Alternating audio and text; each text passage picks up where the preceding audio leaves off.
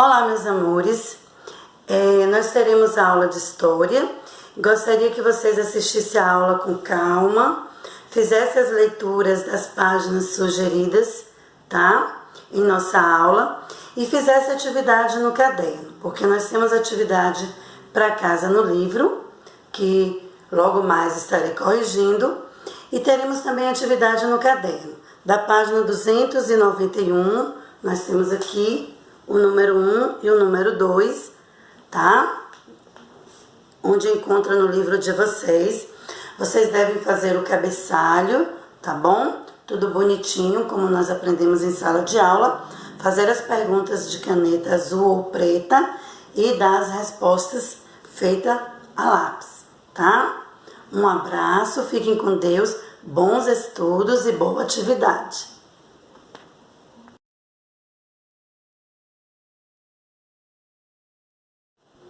Olá, meus alunos queridos, a nossa terceira aula vamos falar sobre a escravização de indígenas.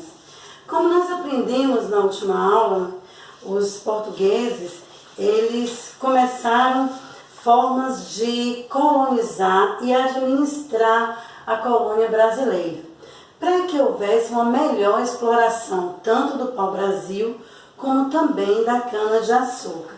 Até porque a cana-de-açúcar era muito preciosa, produzia-se açúcar, que era um item precioso de alto comércio.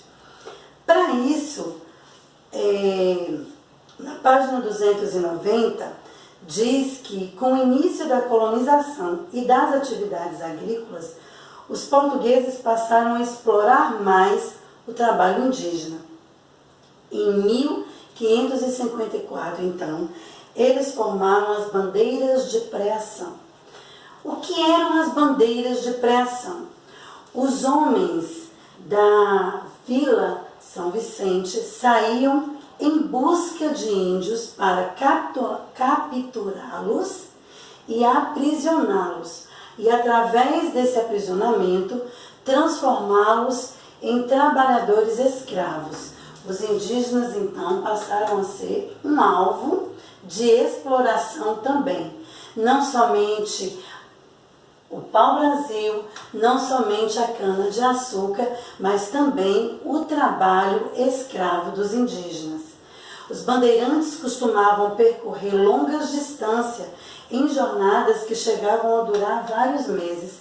Tudo isso em matas adentro, no interior da colônia, em busca de indígenas, para através deles terem a mão de obra escravizada. Eles invadiam centenas de aldeias, né? E como a gente pode ver, não era algo fácil, porque os indígenas, eles também resistiam, haviam lutas, eles não se entregavam fácil. Os povos indígenas lutaram como puderam contra a violência e a opressão da escravização. Os bandeirantes, eles não conheciam bem o território onde eles estavam entrando, mas os indígenas sim, os indígenas conheciam muito bem, eram as terras deles. Conseguiam fugir para as regiões do interior da colônia, além de lutar, eles também conseguiam fugir. Vocês vão poder entender melhor sobre isso fazendo a leitura da página 290, 291 do livro de História. Bem, com os colonizadores, os europeus também enviaram às colônias os jesuítas, que eram os religiosos. Eles tinham o objetivo de converter os índios à religião católica e também ensinar os índios a cultura que eles tinham, a cultura portuguesa, seu idioma, a sua maneira de vestir, a sua maneira de se comportar. Os jesuítas acreditavam que a escravização prejudicava o aprendizado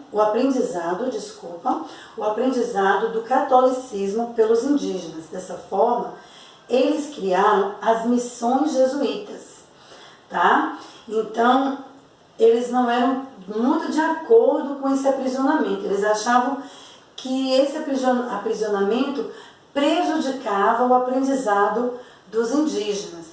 Sendo assim, eles lançaram as missões jesuítas. Aqui no meu esqueminha, eu fiz aqui o indígena, né? Porque eu acho que ninguém gostaria de ser escravizado, e os indígenas, que eram os verdadeiros donos dessa terra, os primeiros donos, quando eles aqui chegaram, os indígenas já estavam se vendo na condição de aprisionados para que pudessem ter um trabalho forçado.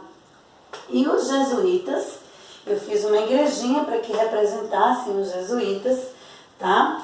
Eles acreditavam que esse aprisionamento dificultava esse aprendizado.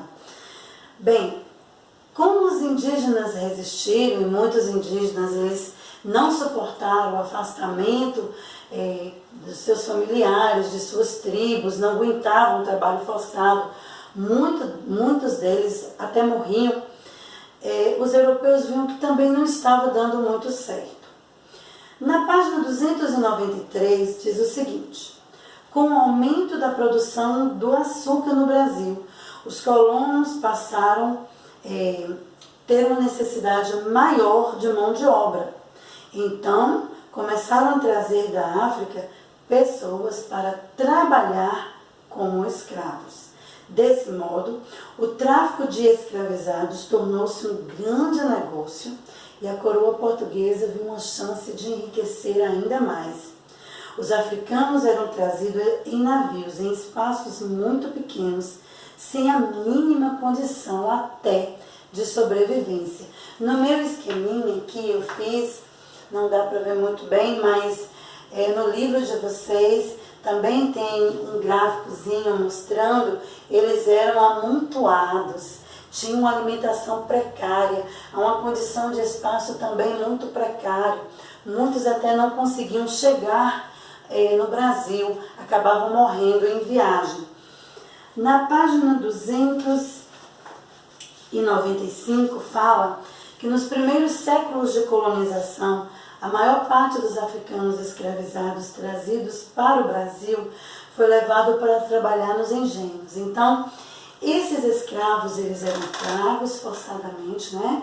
Eram arrancados, né? Sequestrados de suas famílias e comercializados aqui no Brasil. Eram vendidos, na sua maioria, para os senhores de engenho, donos de fazendas de engenho de açúcar.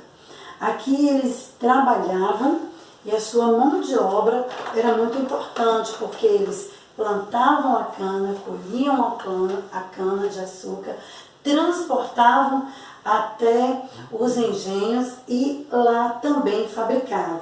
Na página 295 tem um desenho, uma pintura, que mostra um pouquinho sobre a senzala, que era o lugar onde eles eram amontoados, né? Eles ficavam para poder dormir, a moradia dos escravos, a casa de engenho onde era fabricado o açúcar, a casa grande, a fazenda onde ficava o senhor de engenho e sua família, e também alguns escravos que trabalhavam lá, né, nos serviços domésticos, e a capela onde eram realizadas cerimônias religiosas.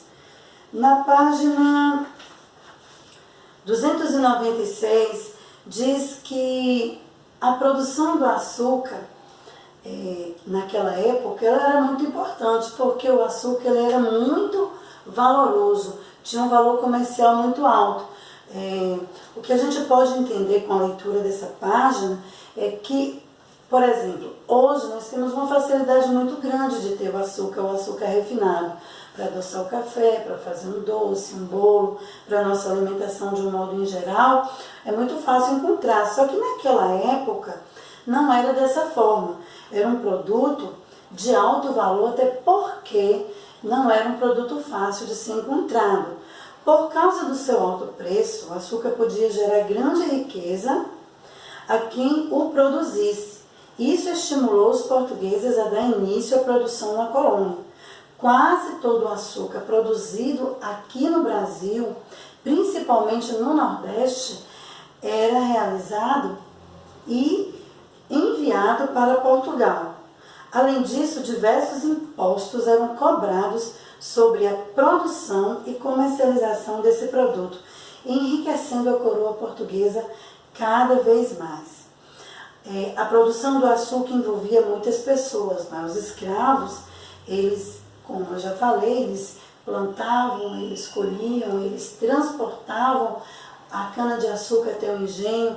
Lá no engenho tinha todo um aparato, né, a caldeira, né, tinha a fornalha, onde o moinho, onde eles iam primeiro moer essa cana com o caldo que levaria para a caldeira, e na caldeira, junto da fornalha, faziam açúcar, produziam açúcar.